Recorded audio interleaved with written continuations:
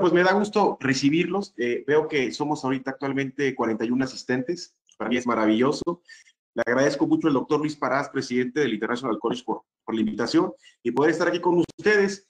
Considero que es una plática que constantemente me han hecho favor de poderme invitar, porque hay un cierto interés sobre el consumo de los medicamentos que puedan causar necrosis. Y esto es muy común porque nuestra práctica odontológica, quirúrgica, tiene un porcentaje muy alto en relación con ese tipo de medicamentos y puede causar cierto tipo de incomodidad para el paciente sobre todo y sobre todo para el tratante, porque al momento de poder desconocer el tema del mecanismo de acción, eso puede causar sobre todo mayor inconfortabilidad y que al momento que vayamos a ejecutar algún tratamiento, sea dental o sea quirúrgico, eso pueda causar ciertas dudas para el manejo de la misma. Entonces, créanme que la plática está dirigida para lo mismo. Vamos a empezar a platicar sobre el tema de la introducción, los antecedentes, la evolución del mecanismo de los medicamentos y sobre todo al final ver algunas dudas sobre cómo ejecutar un paciente que consume ese tipo de medicamentos que puedan causar un riesgo de necrosis mandibular. Entonces, me pongo a sus órdenes. Ahorita lo que estamos observando es un poco sobre la introducción que va y que me gusta mucho hablar al respecto, sobre el siglo XIX. Aquí empieza un área de cierta manera un tanto desconocida, porque desde el siglo XIX ya empezaba a haber antecedentes, aunque ustedes no lo crean, del tema de necrosis, no como tal por una necrosis de medicamentos. Esto surge como un padecimiento que se le llama mandíbula fósil, y esto así como también fracturas de fémur que se fueron ocasionando en ciertos trabajadores que trabajaban en fábricas en la producción de fósforo, y en este caso de fósforo blanco. Los trabajadores y también en algunos casos en los niños empezaron a ver exposiciones de hueso mandibular después de los 5 años. Aquí pueden observar, me gusta colocar esta imagen que justamente corresponde a ese año, en 1838. Quiero que observen cómo se observa esta imagen que corresponde a un paciente que si nosotros lo viéramos quirúrgicamente pensaríamos que fuera un osteomelitis de ese tiempo, pero la realidad es que no corresponde.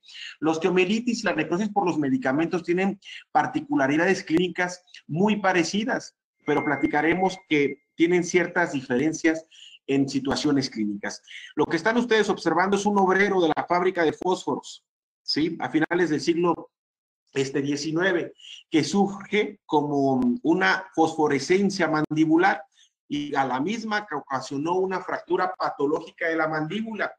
Cuando observamos nosotros una osteomelitis, les comentaba que tiene muchas características similares con la necrosis por los medicamentos, porque una de las características clínicas importantes de una osteomelitis son las fístulas.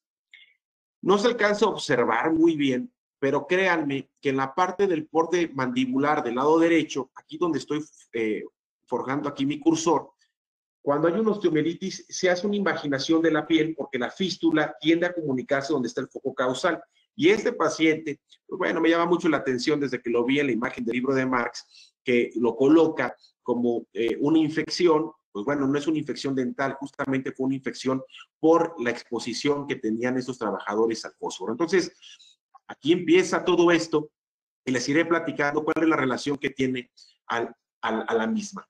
En 1865, ¿sí? Fleiss y colaboradores observaron que los pirofosfatos impiden la formación de cristales similares a los análogos de los bisfosfonatos. Ahorita vamos a observar en esta imagen, por ejemplo, el componente del pirofosfato, ¿sí? Quiero que lo observen aquí del lado izquierdo, cómo se observa en el centro, en lugar de tener un carbono como el del lado derecho, al que nombramos bisfosfonato, es referente al cambio que se hace al tema de quitar el radical del oxígeno y sustituirlo por medio del carbono. Por eso se dejaron de llamar pirofosfatos y ahora se llaman bisfosfonatos, justamente nada más por ese cambio único que se hace dentro de la cadena molecular. Ahorita lo vamos a profundizar, es solamente para que ustedes puedan observar el cambio que se hacía antes de los medicamentos, de los pirofosfatos, a lo que actualmente conocemos como bisfosfonatos. En el año de 1969 fue publicado por primera vez en el Science Nature, 20 años después que se utilizaron los tratamientos en patologías óseas. Se empiezan a utilizar los medicamentos antirresortivos, en este caso, los primeros medicamentos de los bisfosfonatos, que no eran como tal tan conocidos, pero se implementaron para patologías completamente óseas. Nosotros ahora no nada más conocemos que el tratamiento sea únicamente para patologías óseas, sino que también se usan para tratamientos oncológicos, como ustedes bien lo saben. El año de 2002 se describe el primer caso de osteonecrosis. Esto fue asociado completamente con los bisfosfonatos. Marx es un cirujano maxilofacial que toda su trayectoria la ha dedicado para dos situaciones. La primera para temas de patologías maxilofaciales y la segunda, créanme, para el conocimiento del padecimiento patológico del consumo de los medicamentos que puedan causar algún tema de necrosis mandibular. Entonces, él en el 2003 hace público por parte de la JOMS y publica que este fármaco estaba causando estas publicaciones y alertó realmente al mundo de lo que estaba ocasionando y que fueron coincidiendo con algunos tratamientos que había en diferentes continentes, en países, y se hace la similitud en el 2003. Esto causó una gran incomodidad a la compañía de Novartis, porque fue demandada. Novartis sufre una demanda justamente por sus medicamentos estrellas, que en este caso era el sonedronato, que es el famoso Fosamax. Se hace una demanda de la misma, se gana por parte de la compañía de Max y empieza a haber ciertas pues publicaciones y avisos por parte de la compañía para indicar que causaba un peligro o que podían causar ciertas recomendaciones como efectos adversos ya por parte de la compañía de la FDA de Novartis, que estaba ocasionando alguna dificultad y que se le estaba avisando al médico sobre las alteraciones que pudiera llegar a ocasionar. Entonces, sale a la luz en el 2014, ahora como un término que se llama necrosis por medicamentos. Esto es importante decírselos porque antes se llamaba necrosis mandibular, ocasionada por los bisfosfonatos, ocasionada por ese tipo de medicamentos, porque era el único que lo ocasionaba en ese momento. La situación es que fue cambiando. En el 2022 al 2024 salieron nuevas consideraciones para el tratamiento de la misma. Y aquí es profundizando un poco más cómo fueron cambiando los nombres en estos años para poder darle el tratamiento a la misma. Y quiero decirles por qué se quedó hasta el momento la osteonecrosis relacionada con la medicación. Bueno, vamos a observar que, por ejemplo, la osteonecrosis de la mandíbula relacionada con los bisfosfonatos se le quitó relacionada con bisfosfonatos porque no era la única, ¿sí?, que ocasionaba. Vamos a observar de su lado derecho que tenemos al denosumab, no es un bisfosfonato. Tenemos al factor de crecimiento endotelial vascular, el bevacizumab, y los inhibidores de la tirosina sinasa, sunitinib, y los inhibidores de la interleucina 6, en este caso, este medicamento, que también pueden ocasionar necrosis por medicamentos. Entonces, se retira por completo, especificando que sí es para el maxilar, especificando que sí es para la mandíbula. Al final se refleja que estamos ocasionando un diagnóstico de una necrosis relacionada por los medicamentos. Eso es actualmente lo correcto. Vuelvo a repetirlo, porque no es únicamente el bisfosfonato con el que pueda llegar a causar alguna necrosis maxilar. Entonces, si nosotros empezamos el margen de esta plática en el conocimiento general de estos medicamentos, es vital para poder investigar en la historia clínica.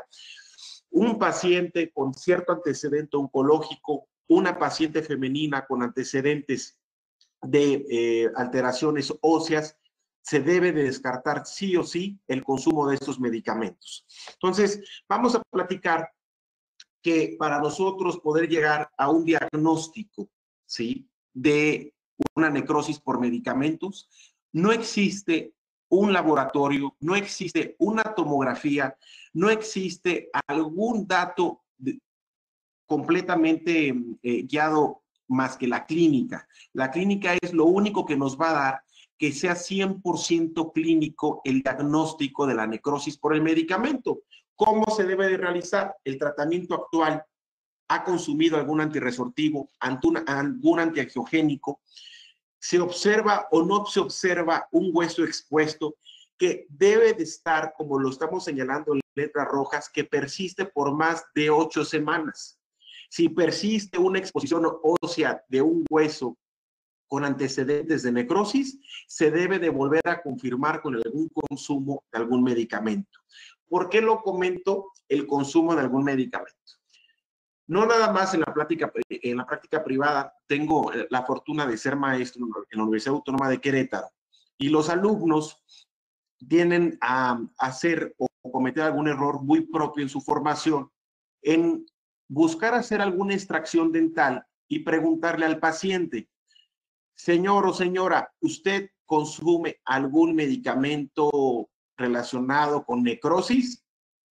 Primero lo están dejando pues en la deriva, porque pues, no saben ni siquiera qué es lo que están comentando, no tienen conocimiento. Esa es una muy mala pregunta al momento de investigar o interrogar a nuestro paciente. Lo correcto es, ¿qué padecimientos usted tiene? Si al momento que el paciente, se los había comentado, comenta alguna actividad de osteopenia o algún antecedente oncológico que pueda estar relacionada con metástasis ósea, eso es un foco rojo en la historia clínica. Y si el paciente vuelve a comentar que no consume algún medicamento antirresortivo, la obligación de nosotros es decir el tipo de medicamento y el medicamento que les acabo de comentar hace rato. Y es cuando el paciente puede volver a tener la segunda duda. Pero la tercera donde no se va es, a ver, ¿es algún medicamento que consume una vez por semana? ¿Es un medicamento que se colocó intravenoso una vez al año o cada 6 meses? Oiga, doctor, creo que sí. Y es cuando empieza la investigación, preguntarle al familiar, pedirle la receta y poder corroborar que efectivamente es un paciente que tiene consumo por bisfosfonatos. No podemos nosotros limpiarnos las manos. Aquí es importante decir, es que el paciente no me comentó. No, ellos no tienen realmente la obligación de dominar este tipo de medicamentos. Somos nosotros y poder raspar hasta el último momento y saber el diagnóstico de que realmente, como se lo estoy compartiendo, sea 100% clínico. Si es un paciente que tiene algún antecedente de radioterapia, pues bueno, efectivamente tendríamos aquí algún sesgo porque es un paciente que estamos hablando de una radionecrosis y no de una necrosis por medicamento. Concluyo un poco, si se confirma el consumo del medicamento, la exposición de más de 8 semanas, estamos ante una situación de una necrosis por medicamentos. Ante la definición de la misma, ¿sí? Vamos a entender que una definición de los bisfosfonatos del medicamento son compuestos orgánicos sintéticos, análogos del pirofosfato. Hace rato se los había compartido en los antecedentes, lo profundizo un poco en estas imágenes y dejó de llamarse pirofosfato a lo que por parte de las compañías, como en este caso Novartis, hace el medicamento de los bisfosfonatos. Es porque, como podemos observar aquí en la cadena, el pirofosfato sigue presente, pero la cadena del oxígeno es sustituida por el carbono. Y justamente estos dos radicales libres ocurren diferencias para que se puedan formar estos medicamentos y que puedan ser medicamentos nitrogenados. Dentro de los medicamentos de los bisfosfonatos tenemos dos tipos, unos que puedan ser nitrogenados y otros no nitrogenados. La respuesta ante ahorita la duda de lo que ustedes están imaginando, efectivamente, un medicamento nitrogenado es muchísimo más potente que los medicamentos no nitrogenados. Y los primeros que llegaron a surgir como los no nitrogenados son los que tenemos aquí en las tablas.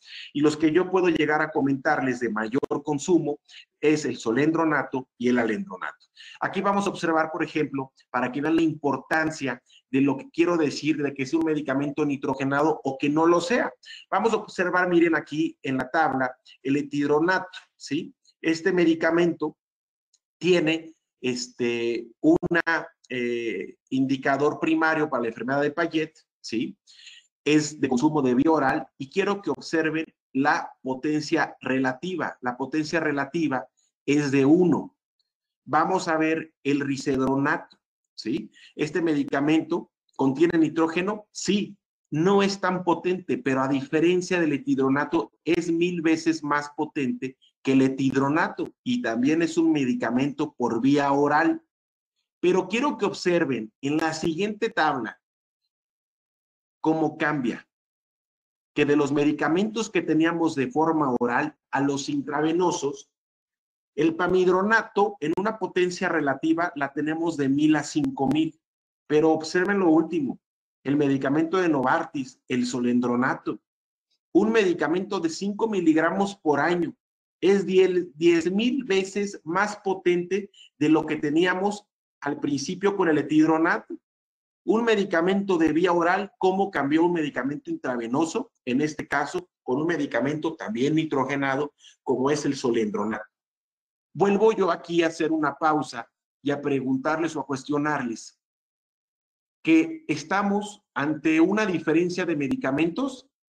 ¿Todos los medicamentos de los bisosonatos son iguales de potentes, iguales de agresivos? Pues no, la realidad es que no por escuchar que el paciente está con un consumo de un medicamento de bisosonato, en automático tenemos que alarmarnos, porque ahorita estamos ante el ejemplo y ante la duda de cuál es el tipo de administración. Eso es vital, saber cuál es el tipo de administración, si fue vía oral o fue vía intravenosa, y como en el caso de otros medicamentos, que lo platicaremos, de vía subcutánea. Entonces, esos medicamentos han sido, algunos ya hasta obsoletos o han ido cambiando. El etidronato ha estado presente desde el año de 1980, el risedronato es un bisosonato nitrogenado, que actualmente les puedo decir que es el segundo más común indicado en la osteopenia. Ha sido también, yo creo que también sustituido por otros medicamentos antirresortivos, el denosumab. Créanme que ahorita en tema de oncología se ha usado bastante por el tema de las complicaciones y ha sido un medicamento que considero yo que es un poco más amigable. Pero bueno, ante la duda de esto, el alendronato, yo en mi consulta privada siempre hago dos pausas ante la misma, que el alendronato es un bisosonato que al momento de interrogar a nuestro paciente y comentarme que tuvo el consumo del alendronato, el tiempo de vida de un medicamento al momento que se coloca es la vida media de 10 años. Es bastante. Solamente la inyección de una misma. No tuvo que haberse inyectado 3 o 4. Solamente la inyección de una misma puede durar hasta 10 años. Ahorita también más adelante les voy a comentar un artículo que se ha comentado todavía hasta 11.5 años. Entonces, la introducción de los medicamentos, los bisosonatos, ha sido un tratamiento importante para la osteoporosis, para reducir fracturas en mujeres en menopausia y, como se los comentaba hace rato, también para tratamientos oncológicos. Si ustedes están observando, quiero que vean esta cronología histórica de los medicamentos. Desde el año de 1960 hasta actualmente el denosumab es lo que tenemos como una herramienta, una buena posibilidad para tratar ese tipo de enfermedades. Ojo, ese tipo de enfermedades no las tratamos nosotros, la oncología ósea o las enfermedades oncológicas tienen que ser por el médico tratante y que nosotros somos tratantes del área bucal y que estamos relacionados ante la misma, pero nosotros no tenemos una injerencia, que ya lo platicaremos ahorita más adelante, sobre suspender o no suspender el medicamento. Podemos dar recomendaciones al médico tratante y decirle que nos pueda apoyar de cierta forma. Aquí nosotros estamos observando algo vital que es la biología ósea. Quiero explicarles brevemente cómo se conforma nuestro material biológico óseo, que el 21% está formado por matriz orgánica, el 71% por matriz inorgánica y el 8% por agua. Aquí existen ciertas células principales en la formación de nuestro hueso, que son los osteoclastos, osteoblastos, los osteocitos, células osteoprogenitoras de la capa de revestimiento. Entonces, aquí vamos a observar el tipo de estructura histológica, donde tenemos los sistemas de Habertz, los conductos de Bollmann de forma vertical, y que en esto van a tener cierta irrigación venosa y arterial para poder hacer la unidad funcional de una ostiona. Este tipo de estructura es importante saberla, como en el centro donde están los osteocitos, que son células ya maduras que se han formado por medio del paso del tiempo y que se han estabilizado por medio de nuestra célula histológica. Al momento que se vaya a formar este tipo de estructura de una forma muy breve, tenemos la conformación de nuestro osteoclasto. El osteoclasto es una célula de mayor tamaño, como pueden observarla, a diferencia del osteoblasto. El osteoclasto tiene una particularidad, que lo que busca es la reabsorción del hueso. En este caso, cuando voy a buscar hacer la reabsorción ósea, se usa por medio de esta estructura soltando ácido. Al momento de que se vaya a soltar un poco de ácido clorhídrico, se va buscando por este borde en forma de cepillo, como se describe en la literatura, que se pueda ir secretando, ir reabsorbiendo y haciendo unas lagunas. Esas lagunas son propias a las lagunas de Hauship que se van formando y que se vaya formando posteriormente por la posición ósea, en este caso por las células osteoblásticas. Un mecanismo sencillo, pero a la vez que profundizándolo puede ser muy complejo para poder sintonizar el tema del osteoblasto con el osteoclasto en el tema de reabsorción y aposición ósea. Esto se hace de la misma manera por ciertos receptores que tiene el osteoclasto, como podemos observar, que se llaman RANK.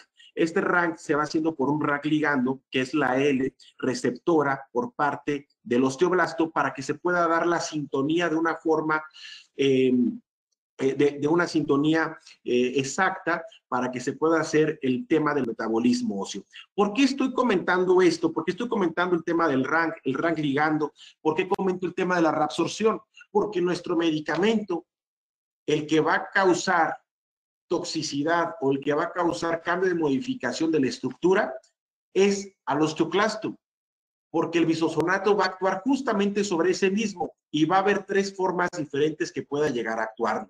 Lo vamos a comentar, pero por eso era importante compartirles que ustedes tengan en mente que en el invitado de honor va a ser nuestro osteoclasto, donde va a trabajar nuestro medicamento. De una forma muy simplificada, aquí les quise colocar un video como cómo se veían los osteoblastos formando matriz osteoide, entrando hacia los conductos de Bodman, viendo las arteriolas, cómo se irriga nuestro hueso, cómo se irriga realmente nuestra estructura ósea, que va a causar cierta reabsorción por medio de los osteoclastos. Aquí pueden observar los osteoclastos, cómo es realmente un movimiento en forma de cepillo, de barrido, y que va haciendo la exposición de la matriz orgánica, y que al momento que se hace una matriz orgánica, van a llegar nuestros osteoblastos. Quiero que observen en el video lo que se está reabsorbiendo y hay como alguna matriz que está volando. No es parte del video, no es realmente algo como un adorno. Lo que ustedes están observando es la exposición del colágeno. Al momento que vaya a haber exposición de las fibras del colágeno es porque hay mayor actividad osteoclástica. Por eso uno dentro de nuestros estudios que podemos llegar a pedir, es un marcador que va a medir la secreción de colágeno en el consumo de los medicamentos por bisosonatos. Ahorita lo vamos a platicar poco a poco, pero bueno, aquí al final ya está llegando nuestro osteoblasto para poder llegar con matriz osteoide y que se pueda realmente establecer nuestra nueva estructura ósea. Entonces, este video simplifica muy poco, pero de una manera, en mi punto de vista, muy amigable para poder ver la reabsorción y la posición ósea de los medicamentos. Entonces, aquí vamos a observar que esta estructura también es usada para tratamientos oncológicos. ¿Y por qué lo digo de esa forma? Es algo muy breve del libro del doctor Max, donde los osteoclastos buscan reabsorber igual el hueso, pero cuando se encuentran con una patología tumoral, como lo estamos observando aquí en la imagen, si es un tumor que tiene mucha afinidad para poder sembrarse sobre el hueso, pues sin duda alguna va a causar una patología indeseable.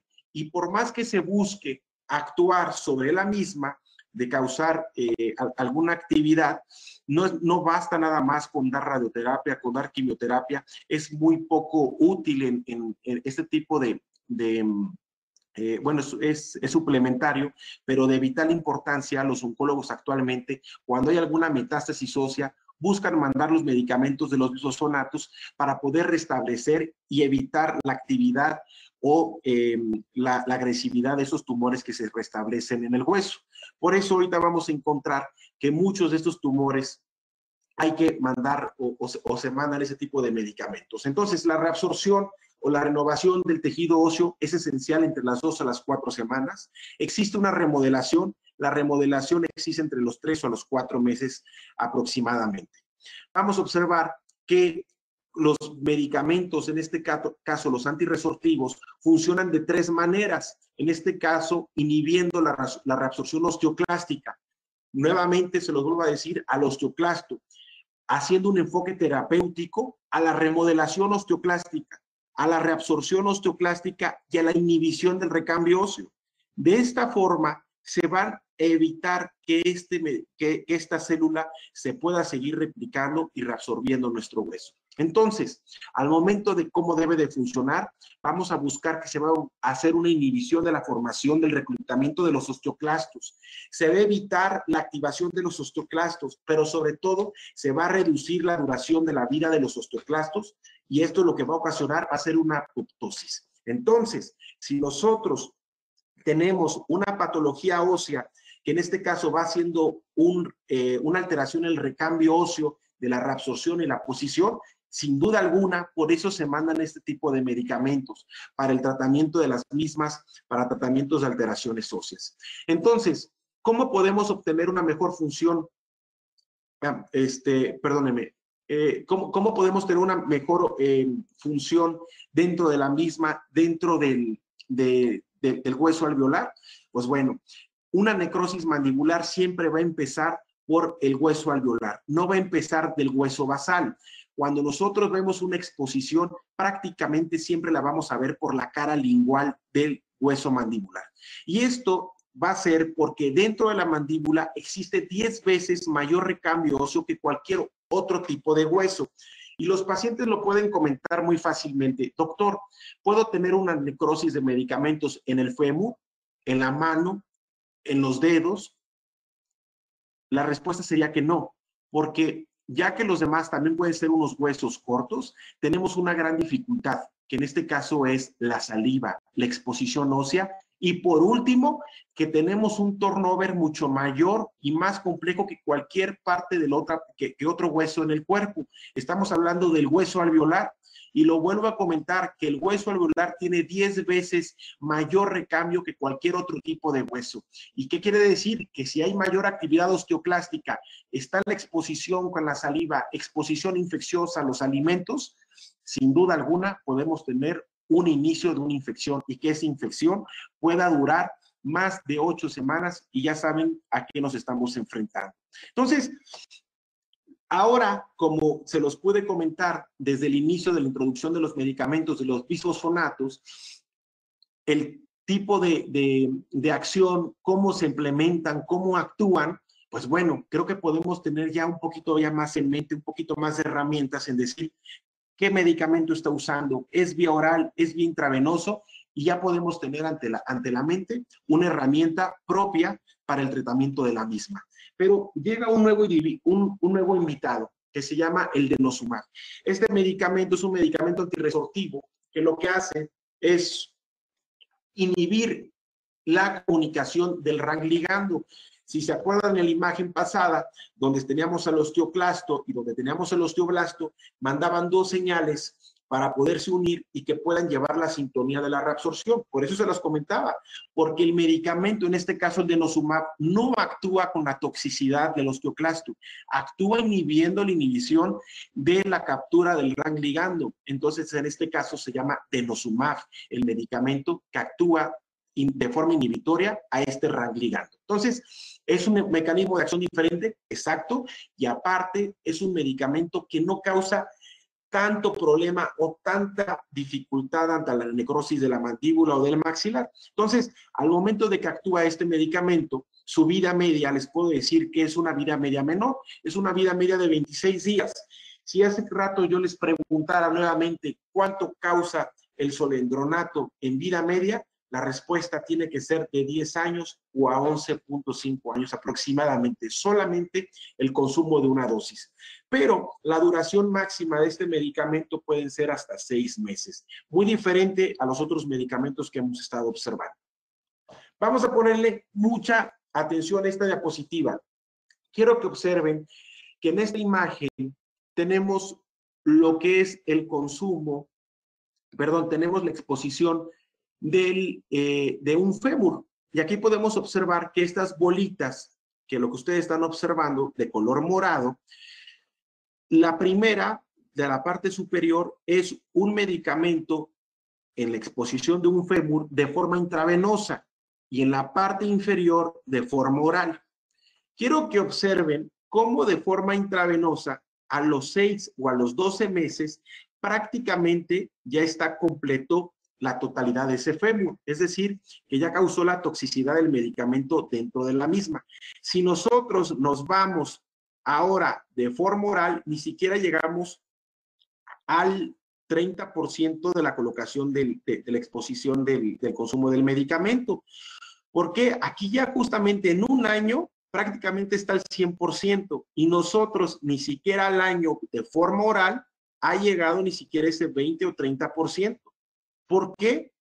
Porque justamente los medicamentos, en este caso de los bisosonatos orales, actúan de forma que se van acumulando poco a poco con el paso de los meses. Es decir, si un paciente llega conmigo y me comenta que acaba de consumir bisfosfonatos de forma oral hace un mes, ¿me tengo que preocupar? No, realmente no es un foco rojo. Se le deben de dar algunas recomendaciones, se le deben de dar algunas indicaciones previas, pero no me preocupa igual que sea un paciente que lleva consumiéndolo 3 a 5 años. Si nosotros nos vamos a la imagen de los 3 o los 5 años, vean cómo el medicamento ahora sí tiene mayor toxicidad porque se ha implementado mucho más en ese hueso. Si nosotros lo cambiamos, que ese medicamento intravenoso lo observamos, pues bueno, en 12 meses, en un año, pues sin duda alguna, mayor de un año, ese medicamento está perfectamente perfundido en el sistema óseo. Pero si nosotros vamos de forma oral, pues bueno, también mayor de 5 años, ese medicamento también ya está bastante perfundido. ¿Qué quiere decir esto? Que nosotros tenemos que identificar que el consumo del medicamento, sea oral o sea intravenoso, no es importante, es vital. Tenemos que nosotros interrogarle a nuestro paciente cuál es la forma del consumo, porque ante eso tenemos que saber a qué nos vamos a enfrentar y cuáles pueden ser nuestras opciones para darle a nuestro paciente. Entonces, si nosotros tenemos un paciente con consumo de medicamento vía oral, tenemos un riesgo de una necrosis del 1 al 10%, pero si nosotros tenemos un consumo intravenoso, puede aumentar del 30 o hasta el 70% en un riesgo de necrosis por medicamento. Entonces, la vida media lo dejo como interrogación porque depende mucho por el medicamento oral si se suspende o no se suspende. A esto llegamos a las siguientes conclusiones, que la dosis del efecto mayor del medicamento tiene que ver por las dosis repetidas o de una dosis acumulada, hablando de un medicamento por vía oral. Entonces, los factores de riesgo que tenemos en nuestros pacientes, ¿a qué están relacionados? Bueno, nuestros pacientes que tengan antecedentes de osteoporosis, mieloma múltiple, alguna enfermedad que esté relacionada con metástasis ósea de cáncer o enfermedades de Fayet, son candidatos por parte de los médicos tratantes a que se le pueda dar este tipo de medicamentos. Ojo, es también nuestra obligación compartirles a los pacientes quién está tratando este tipo de enfermedades. Porque si es un médico general, no estoy demeritando el tratamiento, pero es un área que debe de estar más especializada. No me cuadra de que algún médico general pueda estar viendo, por ejemplo, un mieloma múltiple. Bueno, pues en este caso le puede indicar que si lo está tratando por medio de algún oncólogo o algún tratante que esté especializado a la misma, porque tiende a haber algunos errores de los tratamientos. De entrada ya les están mandando medicamentos intravenosos, medicamentos mucho más tóxicos, cuando no es lo ideal. Créanme que ahora el oncólogo médico está muy relacionado con ese tipo de complicaciones con las que nos estamos enfrentando y son más tranquilos en poder mandar ese tipo de medicamentos y se les consulta a los pacientes previamente, que eso es lo indicado, que tengan una consulta dental para poder evitar complicaciones y que no puede existir alguna complicación, como es el caso de una necrosis por medicamentos. Entonces, este caso, el solendronato, el riesgo que puede ocasionar una necrosis por medicamentos es de 50 a 100 veces, a diferencia del denosumab, que lo puede ocasionar en 10,000 pacientes con un riesgo mucho menor. Entonces, vamos a observar lo siguiente. Les había comentado que los pacientes que tengan osteoporosis o cáncer se les dan dos tipos de medicamento y que su dosis de vía oral normalmente son de 70 miligramos y estas dosis normalmente es una vez a la semana, una pastilla por semana. Y pues bueno, vuelvo otra vez a repetirlo, si el medicamento lo consumió hace 2 meses o 3 meses, no me causa mayor problema. Nosotros lo que tenemos que observar en vía oral es que si lo tomó más de un año y que sí pueda llegar a causar algún tipo de alteración ante la misma. Entonces, si nosotros tenemos algún tipo de mezcla como el ácido solendrónico y el denosumab, pues evidentemente sí me voy a preocupar, porque si tenemos estos dos medicamentos pueden ser mucho más grave y causar una complicación mucho mayor. Si nosotros tenemos un poco de duda qué enfermedades puedan causar una metástasis ósea, les dejo este cuadro.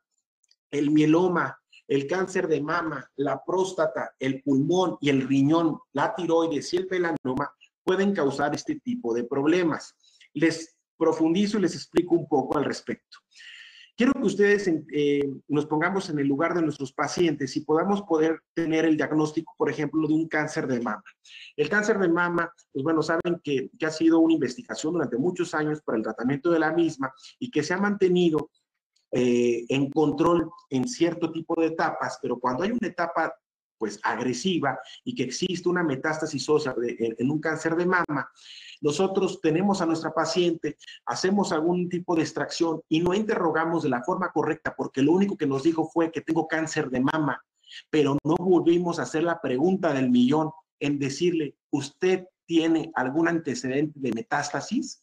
El que tiene la responsabilidad no es la señora o no es la paciente, sino que somos nosotros. Porque si nosotros volvemos a enfrentar a otro ejemplo, como un cáncer de tiroides, que me quitaron la tiroides hace 5 años por problemas oncológicos y nosotros no volvemos a preguntar si este caso tuvo algún problema de metástasis, la culpa nuevamente va a ser de nosotros, porque el paciente no va a saber si está tomando un antirresortivo, si está tomando el glufonato, si es nitrogenado o no es nitrogenado.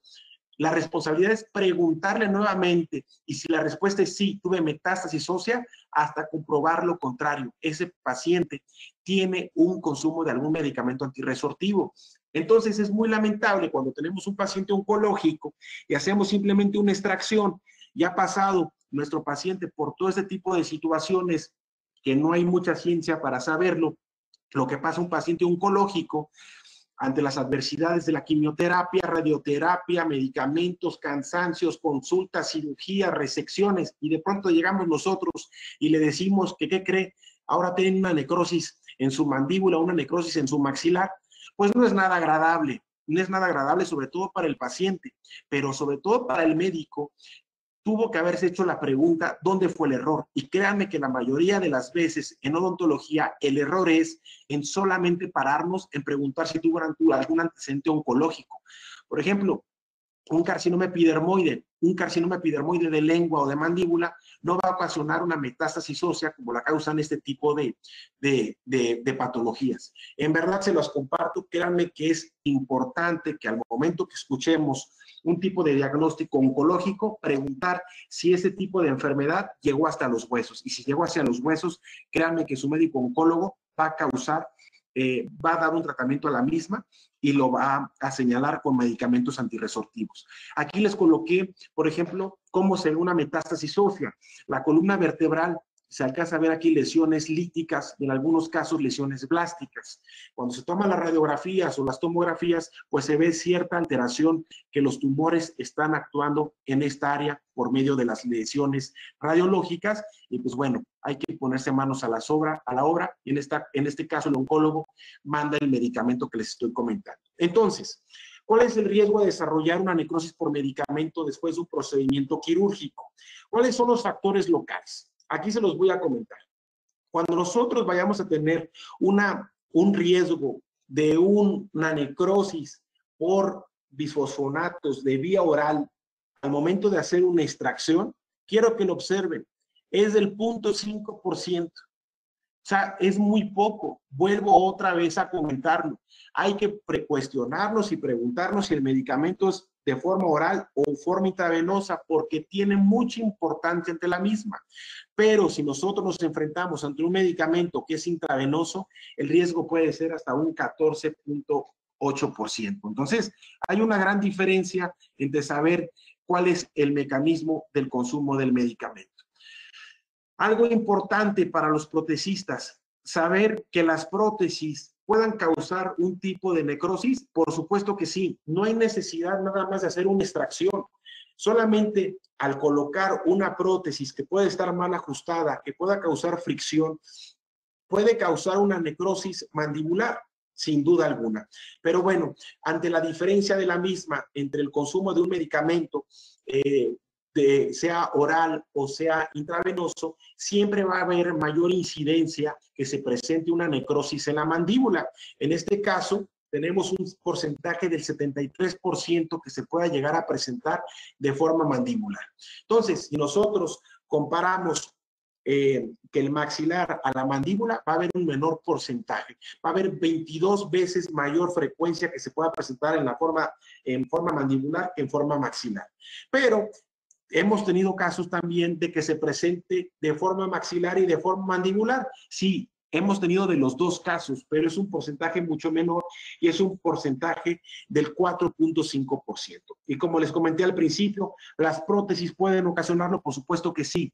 Puede ocasionar una prótesis cierta fricción y cierta exposición de nuestra encía, sobre todo encía que no es queratinizada, puede hacer ciertos inicios de exposición y esa exposición pueda convertirse en una necrosis por medicamentos. Vuelvo a comentarlo, 100% clínica, si lleva más de 8 semanas y que en el interrogatorio se confirme el consumo de algún tipo de esos medicamentos. Factores de riesgos, enfermedades periodontales.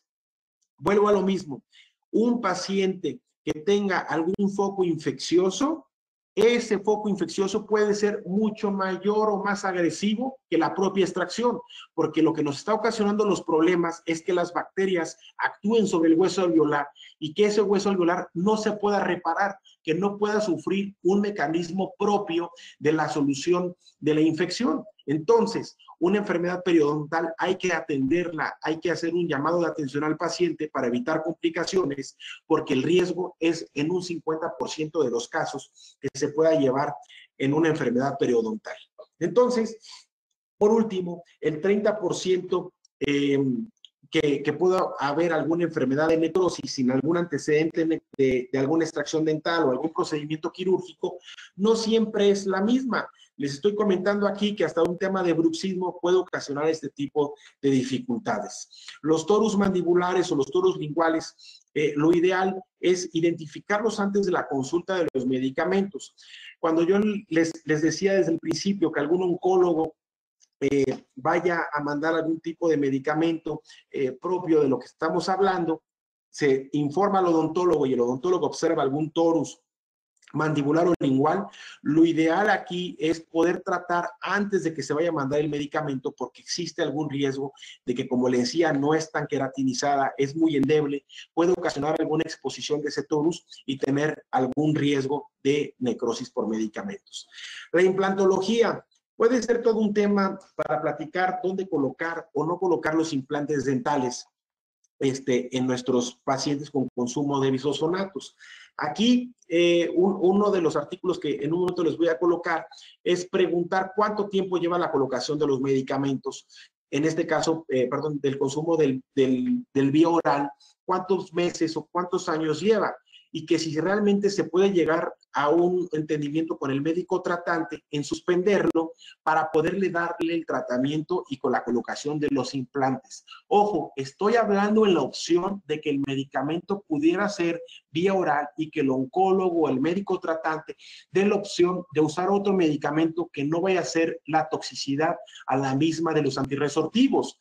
Pero si estamos enfrentándonos, por ejemplo, con un medicamento intravenoso que dura 11.5 años y se le colocan los implantes, pues bueno, la tasa de éxito va a ser muy poca y la complicación, pues podemos someter bastante a nuestros pacientes. Entonces, podemos platicar que dentro de ello, en un paciente con la colocación de implantes con consumo de medicamentos vía oral, también tener a la mano otro tipo de situaciones de riesgo. Por ejemplo, pacientes mayores a 50 años, pacientes que hayan consumido algún tipo de corticosteroides, pacientes que sean anémicos y sobre todo pacientes que consuman algún tipo de tabaco, sin duda alguna va a ser de mucho mayor riesgo a lo que puede ocasionar otro tipo de padecimiento.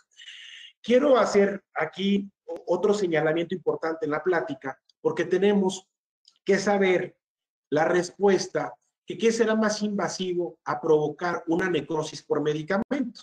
Les estoy colocando de una forma ya muy exagerada, pero que puede ser vital. ¿Qué puede ser más invasivo? Exponer este hueso, ¿sí? Este hueso alveolar. Esta fue una técnica de Curie que habíamos realizado en el sector anterior. Si este paciente tuviera consumo por necrosis, perdón, si tuviera consumo de bisosonatos, ¿qué puede ser más riesgoso que haga una necrosis? Este movimiento de down fracture en una ortognática o la exposición del hueso alveolar. La respuesta es que pudiera ser muchísimo menos agresivo esta cirugía que esta, porque el problema aquí es que mientras que se trate el hueso basal, en este caso la parte superior, debería de haber menos riesgo porque donde hay mayor actividad osteoclástica, ¿dónde es? Se los comentaba hace rato, en el hueso alveolar. El problema es mientras que se exponga a este hueso o se manipule ese hueso, va a haber una mayor lesión. No piensen que por hacer una extracción simple, que nada más use el forceps o nada más use el elevador, no va a pasar nada. No tiene que ver con la habilidad del quirúrgico, no tiene que ver con la experiencia del cirujano, tiene que ver con la pregunta del medicamento, el tiempo del consumo, porque al momento que se haga esa extracción, por más rápida que se hizo, tenemos que ver cómo cicatriza. Tenemos que ver que esas bacterias qué tanto penetraron al hueso alveolar y que es muy probable que esa cicatriz o esa herida del alveolo va a tardar mucho tiempo en cicatrizar. ¿Y qué creen? Que el tiempo que tarda en cicatrizar vamos a tener una cierta actividad de riesgo a ocasionar una exposición de necrosis. Y vuelvo a colocarlo en la plática por más de 8 semanas. Y así como están observando en estas imágenes, son las imágenes clásicas que se ven en una necrosis por bisosonatos. Aquí podemos observar una necrosis, por ejemplo, mandibular. Vuelvo a decírselos, siempre chequen la cara lingual, no se ve una necrosis por vestibular, siempre se ve por la cara lingual y muy raro una necrosis por maxilar, pero sobre todo en el sector anterior. Vamos a platicar que este tipo de características del hueso necrótico se ve de color blanco amarillento, se ve siempre la mucosa eritomatosa, en algunas ocasiones hay dolor, halitosis, eso es muy frecuente, el paciente tiene muy mal aliento y sobre todo se puede acompañar sí o no con fístulas o con supuraciones. Dependiendo de ello, si se acompaña o no se acompaña con este tipo de afecciones purulentas o no lo sea, depende mucho de la clasificación. Y aquí va una de las partes importantes de la plática. No todas las necrosis por medicamentos son las mismas. Tenemos que darle un estadio. Como cualquier clasificación de otro tipo de enfermedades, nosotros tenemos también nuestra clasificación, que varía desde el 0 al 1, al 2 o al 3. El 0 es muy sencillo, solamente que el paciente nos acaba de comentar que no hay ninguna exposición, nosotros estamos viendo a nuestro paciente y no se ve ninguna evidencia clínica de alguna necrosis, pero sabemos que ese paciente es un riesgo en un futuro si tuviera alguna infección dental porque tiene ya consumo de medicamentos. Simplemente por tener el consumo de algún medicamento antirresortivo, lo vamos a dar como un estadio 0. Si el paciente tiene ya una exposición de un cuadrante en el hueso maxilar o mandibular, ya le podemos dar el estadio 1, pero sin la evidencia de una osteólisis alveolar, es decir, solamente estamos observando la pura necrosis, no está avanzando al seno maxilar, es un paciente asintomático, no es un paciente con dolor, es un estadio tipo 1. Si es un estadio 2, donde se encuentra 2 o más cuadrantes y el paciente ya presenta osteólisis alveolar, está invadiendo al seno maxilar, ojo, estamos ante un tipo 2. Pero donde la cosa se complica aún mucho más, estamos ante un tipo 3, una osteólisis alveolar que abarca el seno maxilar, que abarca la zona basal mandibular, tiene fístulas constantes, tiene supuración, pues bueno, estamos hablando de un tipo 3. Los tratamientos tenemos que dividirlo en base a nuestra preparación. Por ejemplo, los tipos del 0 al tipo A1 se pudieran llegar a manejar de forma local en una consulta odontológica. El tipo 2 o el tipo 3 ya tiene que ser de una forma quirúrgica y de una forma también, pues un poco incómoda. Y se los vuelvo a decir, no es nada agradable decirle a un paciente que le vamos a hacer una resección recientemente que acaba de terminar con su tratamiento oncológico de quimioterapia y radioterapia y ahora llegamos con nuestro domingo 7 a decirle que va a volver otra vez a cirugía. No es nada agradable.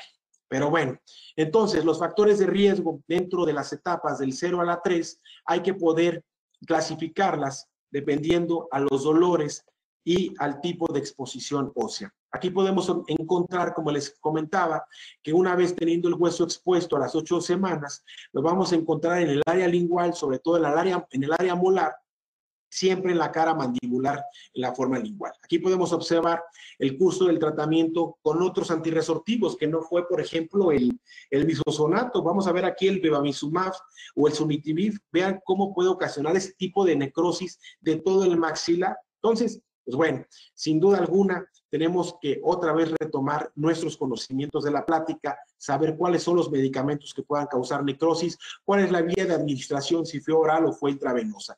Aquí podemos encontrar también ciertos hallazgos radiográficos. Vean el consumo de un paciente que tuvo antirresortivos, cómo cambia la zona basal, cómo cambia nuestro hueso alveolar ante el consumo del medicamento, sin causar ningún tipo de manipulación de extracción. Hay un engrosamiento, hay regiones con osteoclerosis, hay pérdida de la reabsorción alveolar y sobre todo los cambios trabeculares como lo estamos observando simplemente en una radiografía panorámica en un paciente con consumo de bisosonatos por más de 10 años.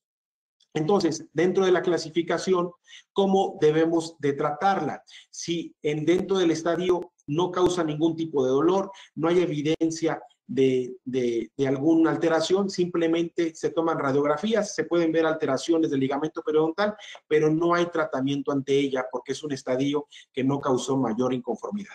Dentro del hueso expuesto, dentro de un hueso necrótico, tenemos que observar si hay evidencia de la infección y que está avanzando en medio de un cuadrante. Si nosotros encontramos este tipo de situaciones y que no es forma purulenta, lo que normalmente hacemos es mandar enjuagues con clorhexidina, mandamos enjuagues con clorhexidina cada 6 horas, por lo menos de los 15 a los 30 días, hasta ver la respuesta de la misma y que se pueda ver un cierre de la herida. Si el medicamento ocasionó este tipo de padecimientos, se le debe de avisar al médico tratante y el médico tratante, pues bueno, comentar si se pudiera o no suspender el tratamiento de la misma. Vean, por ejemplo, en un estadio 2, cómo ya avanzó, y pues sin duda es un paciente sintomático, con halitosis, con una mayor afección al hueso mandibular o al hueso mandibular. Y pues bueno, en el 3 estamos hablando ya de pacientes que tienen fístulas, fracturas patológicas y lo que tenemos que hacer es una reconstrucción ya en cirugía maxilofacial mucho mayor para que se busque evitar lo mayor posible este tipo de situaciones. Entonces, los enjuagues bucales estamos observando que se puede dar enjuagues con clorhexidina siempre, eso es vital. Yo en mi consulta siempre trato de mandar enjuagues con clorhexidina, mandar antibióticos y los antibióticos que sean propios a las bacterias de las mismas. En este caso se mandan penicilinas, tetraciclinas o la combinación con el metronidazol, la verdad que es excelente. Entonces, también el uso de la pentoxifilina. La pentoxifilina normalmente se puede implementar desde el estadio 1, sí, junto con la vitamina E. Esto lo que hace la pentoxifilina es un medicamento excelente que se da, por ejemplo, en colgajos de cirugía plástica, por ponerles un ejemplo, que cuando se hace algún colgajo, se busca que tenga un buen suplemento de irrigación, una muy buena oxigenación, y este medicamento lo permite. Nosotros mandamos la pentoxifilina, lo mandamos previamente, Lo podemos mandar 5 días antes del procedimiento y todavía 10 o 15 días después del procedimiento quirúrgico podemos llegar a mandarlo. Si dentro de nuestras consideraciones existe el holiday, que pueda haber un descanso del medicamento, nosotros no tomamos la decisión de que se haga el descanso, se le informa al médico tratante y si se nos puede apoyar a descansar el medicamento, sería de una forma maravillosa. Y un seguimiento, pues sin duda alguna, por lo menos de unos 3 meses. Aquí estamos observando, por ejemplo, un paciente que tuvo en este estadio 4 años con osteoporosis, solamente quirúrgicamente tuvo una histerectomía. Y bueno, los antecedentes fue que se había realizado una extracción dental del 44, tuvo por ahí una pequeña fistulita, fue manejado por medio de antibióticos, analgésicos con la clorexidina y no fue más, solamente cerró propio y no causó mayor complicaciones. Fue un medicamento que se estuvo tomando de vía oral del ácido zoledrónico y bueno, no hubo mayor complicaciones. En el estadio 2 estamos hablando de los pacientes que sí pueden ser sintomáticos y que el tratamiento sí o sí ya tiene que ser de forma de antibióticos, de forma quirúrgica, que pueda necesitar algún curetaje o algún suplemento dentro de la misma. Yo en mi caso, por medio de un tratamiento de un estadio 2, siempre se debe de llevar el tratamiento de la cámara hiperbárica. Mando a los pacientes 5 días antes del tratamiento y posteriormente 5 días después mando sesiones de cámara hiperbárica diario, por lo menos los lunes a los viernes, porque sábados y domingos tienden a cerrar las cámaras hiperbáricas, pero que se haga un suplemento de la cámara hiperbárica y posteriormente yo pueda entrar a hacer el tratamiento quirúrgico del desbridamiento superficial y la osteotomía. Ojo, solamente vamos por quitar el hueso necrótico. No me meto a otra zona más, porque si me vuelvo a meter a raspar a zonas donde el hueso es sano, pues voy a ocasionar el mismo problema. Entonces ahí lo que busco es poder favorecer un cierre primario sin tensión una vez quitando el hueso necrótico. ¿De qué forma? Regularizándolo, preferentemente con piezoeléctrico. Y bueno, también ahorita vamos a platicar el uso de plasma rico en fibrina, en colocar nuestro plasma dentro del alveolo, una vez desinfectando, haciendo el cierre, colocando la cámara hiperbárica. En ese estadio el paciente acepta fácilmente el tratamiento porque pues está incómodo, está con dolor, entiende qué es lo que está sucediendo clínicamente y bueno, se busca resolver lo mejor posible el tratamiento de un estadio 2 de esta forma.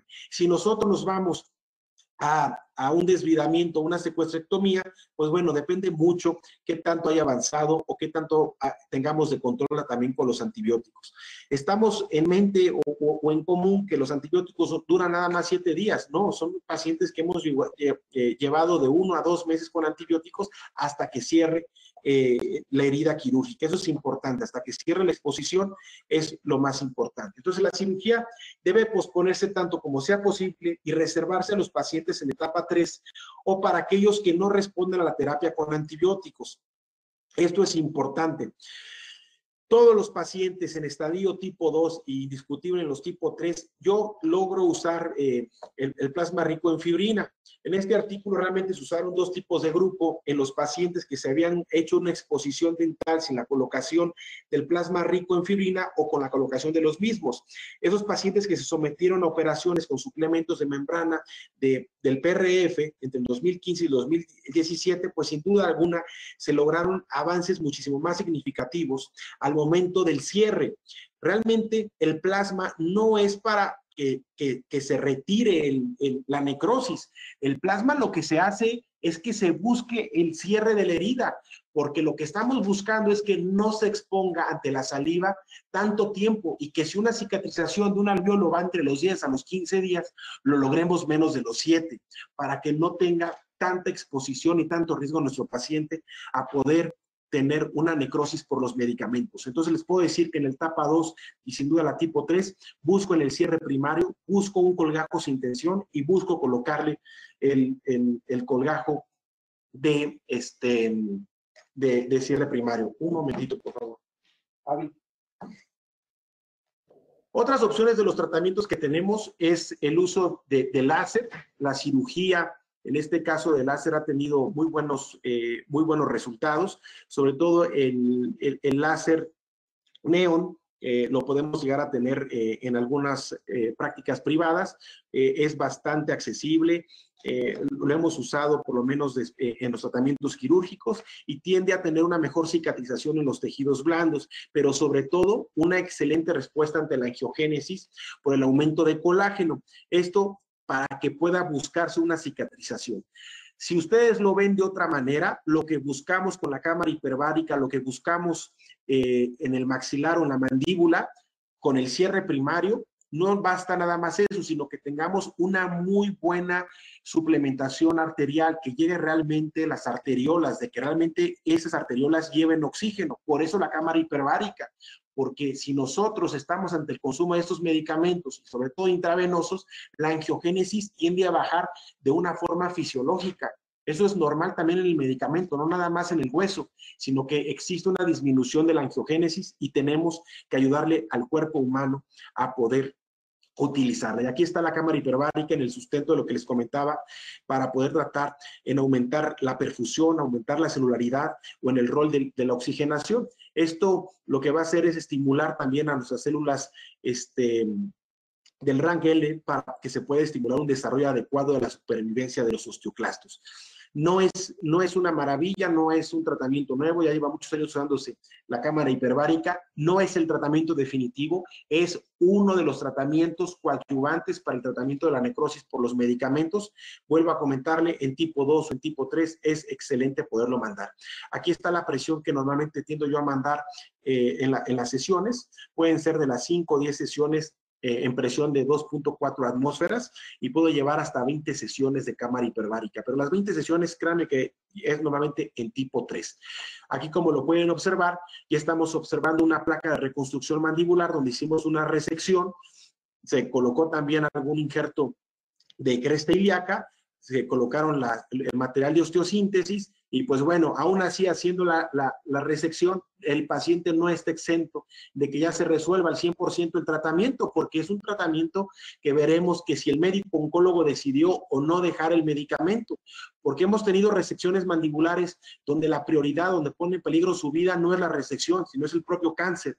Entonces, el medicamento como tal no es un riesgo, al contrario, es un medicamento excelente para el tratamiento oncológico o medidas de patologías óseas, solamente que vuelvo a comentárselo, estamos ante el tratamiento de un efecto adverso, así como la aspirina causa algún tipo de sangrado en una extracción dental, porque es un efecto adverso, exactamente es lo mismo, estamos ante un efecto adverso de un medicamento que en este caso son antirresortivos, pero si tuviéramos algún familiar o algún paciente y corre su riesgo en aumentar la metástasis ósea, pues sin duda alguna se lo mandaríamos y pagaríamos el riesgo por ver los efectos adversos, pero esos efectos adversos se deben de disminuir si hubo una consulta dental previa a la misma. Entonces, el objetivo del tratamiento apunta a eliminar el dolor, controlar la infección del hueso y los tejidos blandos y minimizar la progresión de la necrosis. Esto es importante, como en el caso de nuestros pacientes o este último caso clínico que tuvimos, que se le había realizado una extracción dental y que actualmente estaba con dolor, estaba con aumento de volumen.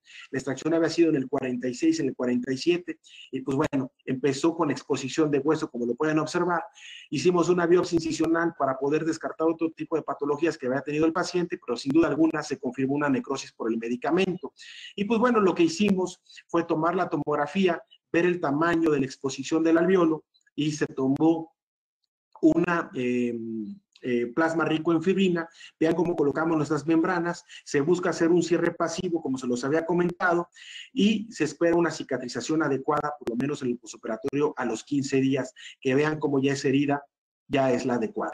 Entonces, ¿cuál es el tratamiento ideal? La prevención. Eso es un tratamiento ideal que se pueda prevenir, no estar lidiando tanto con el paciente en este tipo de dificultades. ¿Cuál sería el mejor tratamiento? Mandar una receta por parte del médico tratante y que nos esté comentando que si el paciente se le va a mandar al endronato. Quiero que observen esta receta médica del oncólogo. 70 miligramos, una tableta cada 7 días, uso continuo, previa valoración dental. O sea, ya le está avisando al paciente que esa que ese medicamento puede causar ciertas dificultades, que por favor vaya con el odontólogo para prevenir y evitar estas complicaciones.